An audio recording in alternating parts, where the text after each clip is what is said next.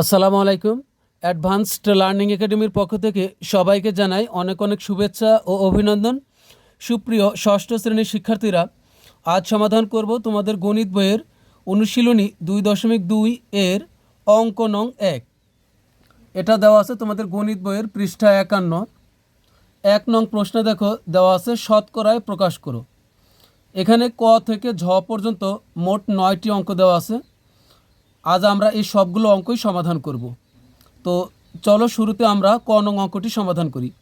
ক নং প্রশ্নে দেখো দেওয়া আছে 3/4।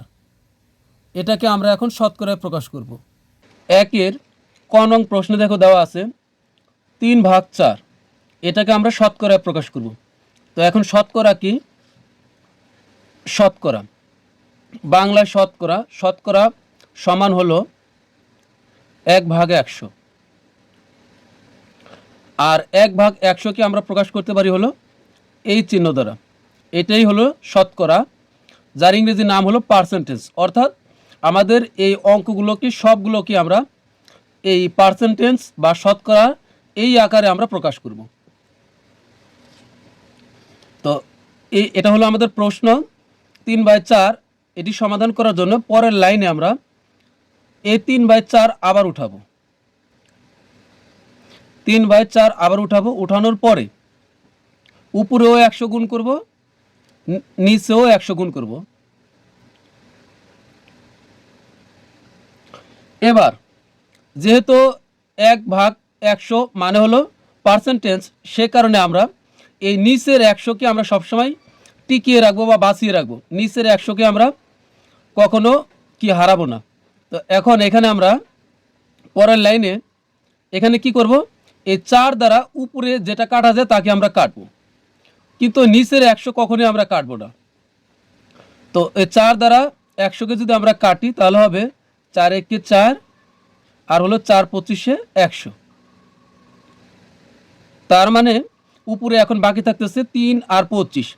3 আর 25 যদি আমরা গুণ করি এখন তাহলে হবে 75। 3×25 75। আর নিচে 1 আর 100 গুণ করলে 100 থাকবে। এই অঙ্ক করার জন্য তোমাকে শুধু এতটুকু জানলেই হবে, যদি কোনো সংখ্যার নিচে 100 থাকে তাহলে ওই সংখ্যার পাশে আমরা এই পার্সেন্টেজ চিহ্নটা বসাতে পারি। মনে করো 10 আছে আর 10-এর নিচে 100 আছে, তাহলে আমরা এটা নির্দ্বিধায় লিখতে পারি এই 100-র পরিবর্তে এই 10-এর পাশে আমরা এই শতকরা চিহ্নটা বসাই দিতে পারি। এখানে আমরা পাইছি কত? 75। তাহলে এই 75-এর নিচে আছে 100। তার মানে আমরা নিশ্চিতভাবে এখানে আমরা 75 লিখে এই 100-র পরিবর্তে তার পাশে আমরা এই চিহ্নটা বসা দিতে পারবো। তো এখন আমরা ঠিক তাই করব। তাহলে এখানে বের হয়েছে 75। তো 75টা লিখে আমরা নিচের 100 আর লিখবো না, এর পরিবর্তে আমরা এখানে এই শতকরা বা পার্সেন্টেজ চিহ্নটা বসে দেব। তো এটা হলো আমাদের ক নং প্রশ্নের উত্তর। আরও 2-একটা করিস, খুব সহজে বুঝতে পারবে। এখন খ নং অঙ্ক সমাধান করব। খ নংয়ে দেখো দেওয়া আছে 7/15। 7/15। তাহলে এই 7 উপরে আর 15 নিচে, এটা আবার লিখব। এবার উপরেও 100 গুণ করব আর নিচেও 100 তো আমরা গুণ করব। তো এবার আমরা এই 100কে কাটবো। এখন কত হলো? এই 15 দ্বারা কিন্তু সরাসরি 100কে কাটা যাবে না। 15 দ্বারা 100কে সরাসরি কাটলে এখানে কিন্তু দশমিক চলে আসবে। এজন্য আমরা এই এমন একটা সংখ্যা নির্বাচন করব যে সংখ্যা দ্বারা উপরে 100কেও কাটা যাবে, নিচের 15কেও কাটা যাবে। যখন নিচের সংখ্যা দ্বারা উপরের সংখ্যাকে অথবা উপরের সংখ্যা দ্বারা নিচের সংখ্যাকে সরাসরি কাটা না যায়, তখন তোমাকে মনে মনে সিদ্ধান্ত নিয়ে একটি সংখ্যা খুঁজে বের করতে হবে, যেই সংখ্যা দ্বারা তুমি উপরেও কাটতে পারবে, নিচেও কাটতে পারবে, মনে মনের সংখ্যা দ্বারা। তো আমরা অঙ্কের নিয়মে আমরা জানি, যদি কোনো সংখ্যার শেষের অঙ্ক যদি 0 থাকে অথবা 5 থাকে, কি বললাম? শেষের অঙ্ক যদি 0 অথবা 5 থাকে তাহলে ওই সংখ্যাকে 5 দ্বারা কাটা যায়। এখানে দেখো 100-র শেষের অঙ্ক হলো 0। এই যে এই 0 কিন্তু এটা একটা অঙ্ক, এটা একটা অঙ্ক, 1 এটাও একটা অঙ্ক। তো এর শেষের অঙ্ক হলো 0। আবার 15 শেষের অঙ্ক হলো 5, অর্থাৎ 0 অথবা 5 হলে ওই সংখ্যাকে আমরা 5 দ্বারা কাটতে পারি। এজন্য আমরা মনে মনে সঠিক সংখ্যাটি নেব হলো 5। তো 5 দ্বারা যদি আমরা 15কে কাটি তাহলে হবে 3 5 15। আবার ওই মনে মনের 5 দ্বারা যদি 100কে কাটি তাহলে হবে 5 20 100। এবার এই 7 আর 20 আমরা গুণ করব। তো সহজে গুণ করি, 7 আর 2 গুণ করলে 7 2 14, আর এই শূন্যটা বসাই দেব। এইবার কিন্তু একটু ভিন্নভাবে করতে হবে। এই 140-এর নিচে লিখবো আমরা, আচ্ছা এখন বাকি রইল কি 3 গুণন 100। আচ্ছা আমি এক লাইন বেশি করি, 3 গুণন 100 নিচে থাকলো। এখন এই 3 আর 140 আর কিছুই করা যায় না। এখন আমরা কি করব, এই 140 লিখব আর তার নিচে আমরা 3 লিখব। লিখে এই 100কে আমরা এই সমাস থেকে আলাদা করব। একটা গুণ চিহ্ন দিব, দিয়ে নিচে এখানে 100 লিখব আর উপরে একটা 1 লিখব। কারণ কি, এই 1/100 মানে হলো কি পার্সেন্টেজ। আমি আগেই বলেছি এই যে 1/100 মানে হলো পার্সেন্টেজ। তাহলে কিন্তু এটা পার্সেন্টেজ হয়ে গেল। এখন আমি যে 1 কোথায় থেকে আনলাম, দেখো এই 1 আর 140 গুণ করলে কিন্তু এই আগের 140 হবে। আবার 3 আর 100 গুণ করলে এই 3 গুণন 100 হবে। অর্থাৎ এখানে 1 নেওয়ার কারণে এই যে 140/3 এটার মানের কিন্তু কোনো পরিবর্তন হয় নাই, কিন্তু এখানে 1/100 বিনিময়ে আমরা একটা শতকরা পাবো। তো এখন আমরা এটা এখানে করি। তো 3 এই 140কে এখন আমরা 3 দ্বারা ভাগ করব। তো 3 ভাগ হবে 140। তো 3 দ্বারা এখানে 1 অঙ্ক, তাহলে এখানে 1 অঙ্কের ভিতরে ভাগ দিব। তো 3 দ্বারা কিন্তু 1-এর ভিতরে যায় না, 1 ছোট হয়ে যায়। তো এখন 1 অঙ্কের ভিতরে যায় না, তাহলে আরও একটা অঙ্ক নিব 14। এখানে কিন্তু 3টে অঙ্ক, এটা একটা অঙ্ক, এটা একটা অঙ্ক, এটা একটা অঙ্ক, তাহলে এখন হলো 14। 3 দ্বারা 14কে যদি ভাগ করি তাহলে হবে 3-এর নামাতে বলে 3 4 হবে 12, আর 3 5 15, 5 বার দিলে বেশি, তাহলে 3 4 12, তাহলে 12। এখন 2 আছে 4 পাবো, 2 হলে 1 1 মিলে গেলে 0, বামে 0 পড়ে না, তখন ওই শূন্যটা নামবে, বাকি শূন্যটা। এবার 3 দ্বারা 20কে ভাগ দিব, 3 6 18 আর 3 7 21, 7 বার দিলে বেশি হয়, তাই 3 6 18, 6 বার দিব, 3 6, এখানে হবে 18, 8 আছে 10 পাবো, 2 হলে হাতে থেকে 1 1 1 2, 2 2 মিলে গেলে 0, বামে 0 পড়ে না। তাহলে এখন কিন্তু আমাদের ভাগ শেষ। এখন এটা আমরা নামাবো, নিচে যাওয়া অবশিষ্ট থাকবে, এটাকে আমরা এই উপরে লিখব আর এইটাকে আমরা এই নিচে লিখব। তার মানে হলো 46 পূর্ণ 2/3। তাহলে পেলাম এটা সমান 140/3 সমান পেলাম 46 পূর্ণ 2/3। আর 1/100 মানে হলো এই যে শতকরা বা পার্সেন্টেজ। তো এটাই কিন্তু আমাদের খ নং প্রশ্নের উত্তর। এবার আমরা সমাধান করব হলো গ নং প্রশ্ন। গ নং প্রশ্ন দেওয়া আছে 4/5।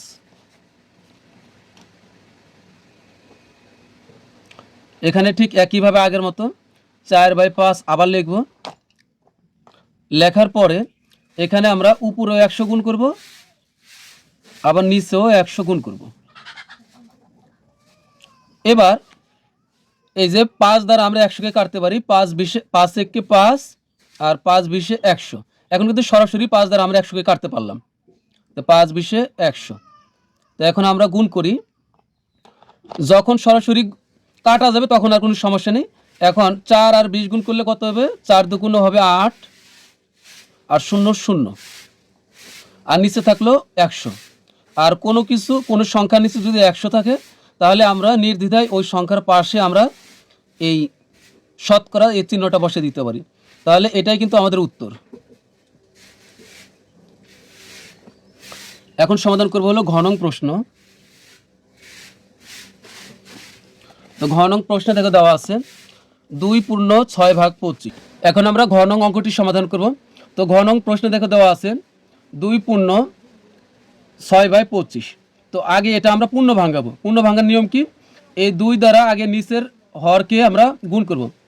2 আর 25 গুণ করলে 25 2 50, এরপরে 6 যোগ করব। 25 2 50 আর 6 যোগ করলে 56। তো এখানে হবে উপরে 56 আর নিচের 25টা কিন্তু অবশ্যই থেকেই যাবে। তো এর পরের লাইনে আমরা আবার এই 56/25 আবার উঠাবো। ওঠানোর পর আমরা উপরেও 100 গুণ করব, এই নিচেও আমরা 100 গুণ করব। তো এবার কিন্তু এই 25 দ্বারা আমরা 100কে কাটতে পারি। এবার কিন্তু এই 25 দ্বারা আমরা 100কে কাটতে পারি। তাহলে কত হবে? 25 একে 25 আর 4 25 হলো 100।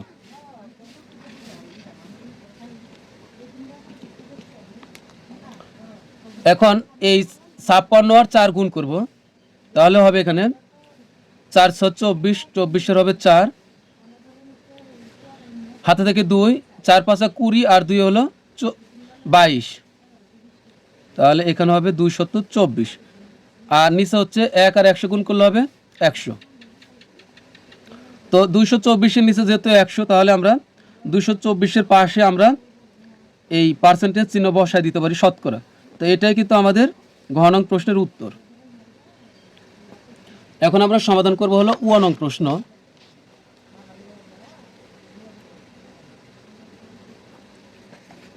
উ নং প্রশ্ন আছে 0.25, 0.25। তো এবার দেখো এর নিচে কিছু নাই, নিচে যদি কিছু না থাকে এবার আমরা যা আছে তাই লিখব। লেখার পরে একটা গুণ চিহ্ন দেব, দিয়ে এখানে একটা 100 লিখব, আবার এর নিচে একটা 100 লিখব। এবার একটা কথা মনে রাখবেন, এই 100টা যেমন উপরে 0.25, যদিও এই একা একা আছে, এর নিচে কিছু নাই, এরপরে মনে রাখবে এই 0.25ও কিন্তু 100 যেমন উপরে 0.25 এটাও ঠিক উপরেই আছে। তার মানে 0.25-এর সাথে এই 100 গুণ অবস্থায় আছে। তো 0.25-এর সাথে আমরা 100 গুণ করব। তো এখানে করি 0.25-এর সাথে আমরা 100 গুণ করব, তাহলে কত হবে? 0.25 গুণ হলো 100। দশমিকের গুণটা একটু শিখে নাও।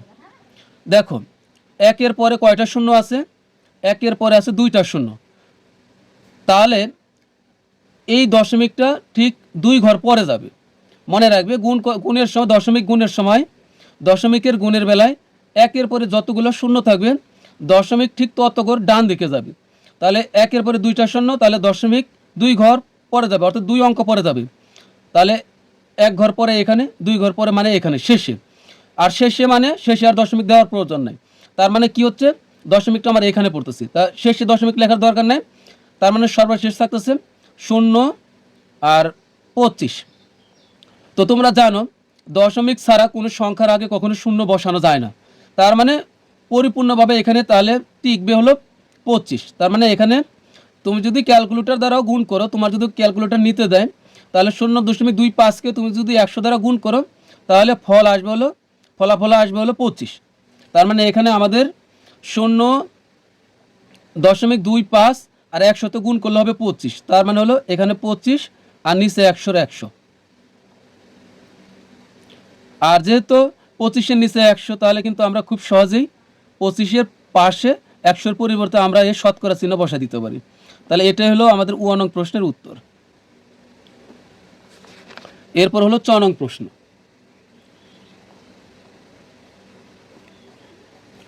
চ নং প্রশ্নে দেখো দেওয়া আছে 0.65। দশমিকের পরে আমরা ভেঙে ভেঙে পড়ব, 0.65 পড়বো আমরা। এই যে 0.65 দশমিকের পরে কিন্তু ভেঙে পড়তে হয়, এটাকে 0.65 পড়লে কিন্তু ভুল হবে। তো এখন এটা আমরা উঠাইলাম একইভাবে। এখন এটাই আবার লিখবো আমরা 0.65, এরপরে গুণ দিয়ে এই উপরে একটা 100 আর নিচে একটা 100। একইভাবে আমরা 0.65 আর 100 গুণ করি, যেহেতু এই 100 উপরে এটাও উপরে, এই 0.65 গুণ হলো 100। তো 1-এর পরে 2টা শূন্য, তাহলে এই দশমিক এখান থেকে 2টা অঙ্কের পরে যাবে। 6 একটা অঙ্ক, 5 একটা অঙ্ক। তো 1 অঙ্ক পরে হলো এখানে, 2 অঙ্ক পরে মানে এখানে, তার মানে হচ্ছে শেষে যাচ্ছে। তার মানে এই দশমিকটা এখানে আর নাই, দশমিক চলে গেল এখানে, আর শেষে দশমিক দেওয়ার প্রয়োজন নাই। তার মানে কি হচ্ছে 0.65 দশমিক শেষে, আর শেষে দশমিকের প্রয়োজন নেই। তার মানে কত থাকে হলো 0.65। তো আমরা জানি দশমিক ছাড়া কোনো সংখ্যার আগে শূন্য বসে না। তার মানে এখানে প্রকৃতপক্ষে টিকে রইল এই 65, শুধু 65। তার মানে 0.65 আর 100 গুণ করলে হবে 65, আর এই 100 নিচের 100 আমরা নিচেই লিখব। তাহলে এখন আমরা কিন্তু খুব সহজেই এই 65 লিখে, যেহেতু নিচে 100, 65 নিচে 100, তাহলে 100-র পরিবর্তে এখানে আমরা এই শতকরা চিহ্ন দিতে পারি। তাহলে এটাই শতকরায় প্রকাশ হলো, এটাই আমাদের উত্তর। এখন আমরা সমাধান করব হলো 6 নং প্রশ্ন।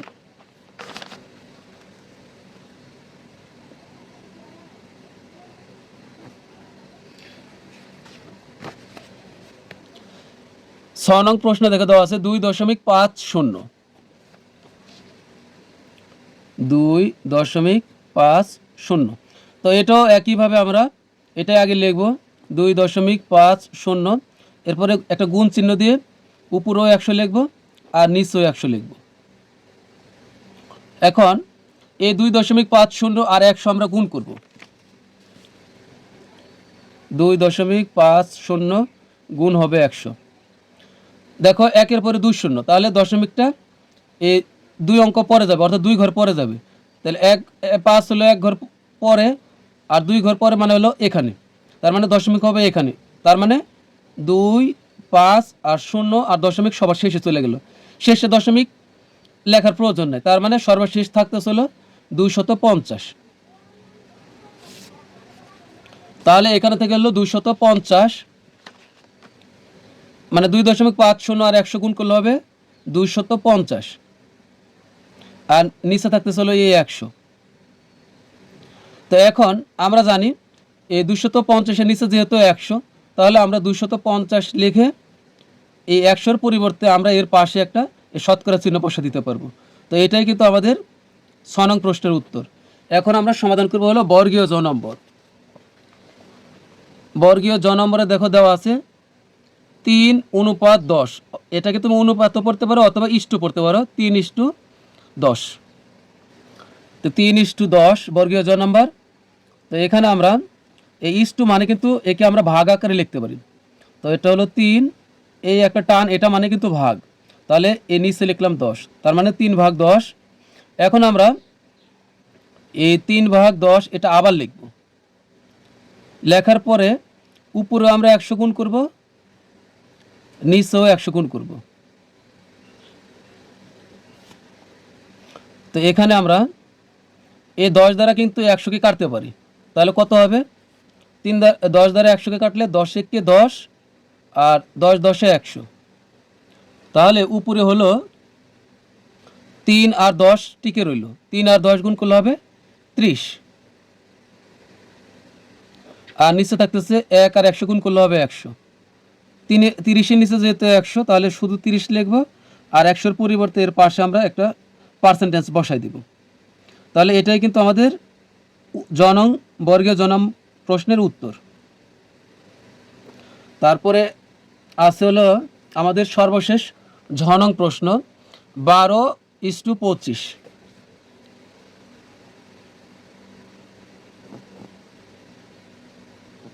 12:25। তো ইস্টুর পরিবর্তে আমরা এই টান দিব, পরে নিচে হবে 25। এখন উপরেও 12 লিখব, নিচে 25 লিখব। এখন উপরে 100 গুণ আর নিচে 100 গুণ। এবার আমরা এই 25 দ্বারা 100-কে কাটতে পারি, 25 একে 25, 4 25-এ 100।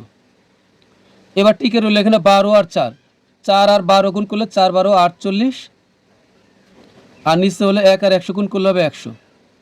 যেহেতু 48-এর নিচে 100, তাই আমরা খুব সহজেই লিখতে পারি 48 লিখে তার পাশে আমরা এই শতকরা চিহ্ন বসা দিতে পারি। তাহলে এটা কিন্তু শতকরায় প্রকাশ। তো এটা হলো আমাদের ঝনক প্রশ্নের উত্তর। তো প্রিয় শিক্ষার্থীরা, আমাদের কিন্তু এই সবগুলো অঙ্কই সমাধান হয়ে গেল। তো তোমরা ষষ্ঠ শ্রেণীতে তোমরা যারা গণিতে দুর্বল, তারা আমার এই তোমরা প্রাইভেট পড়তে চাইলে তোমরা এই নাম্বারে যোগাযোগ করতে পারো, 01।